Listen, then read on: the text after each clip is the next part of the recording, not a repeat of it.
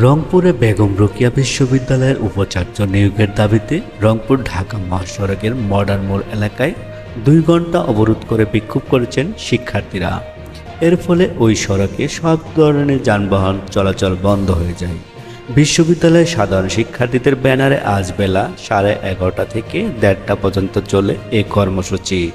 এ সময় বক্তব্য দেন বিশ্ববিদ্যালয়ের গণযোগাযোগ ও সাংবাদিকতা বিভাগের শিক্ষার্থী সাইদুর জামান, ইংরেজি বিভাগের সাবিনা ইয়াসমিন, পরিসংখ্যানের Khokon Islam, gender and development স্টাডিজের মিতু বেগম প্রমুখ।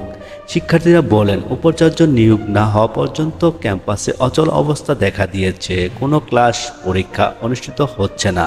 এর ফলে শিক্ষার্থীরা অনেক পিছিয়ে পড়েছেন। অবিলম্বে উপাচার্য নিয়োগ না করা হলে আবারও মহাসড়কে কর্মসূচি পালনের ডাক দেওয়া হবে।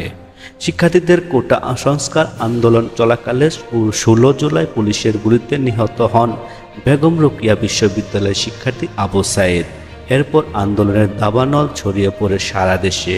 ওই দিন উপাচার্যের পদত্যাগের দাবিতে তার বাসভবন ঘেরাও করেন শিক্ষার্থীরা। পরে আইন শৃঙ্খলা রক্ষাকারী বাহিনীর সদস্যদের পাহারায় ক্যাম্পাস ত্যাগ করে নিরাপদ স্থানে সরে যান উপাচার্য হাসিবুর রশিদ। এরপর 9 আগস্ট তিনি পদত্যাগ করেন। রাকিবুল ইসলাম, তথ্য 24।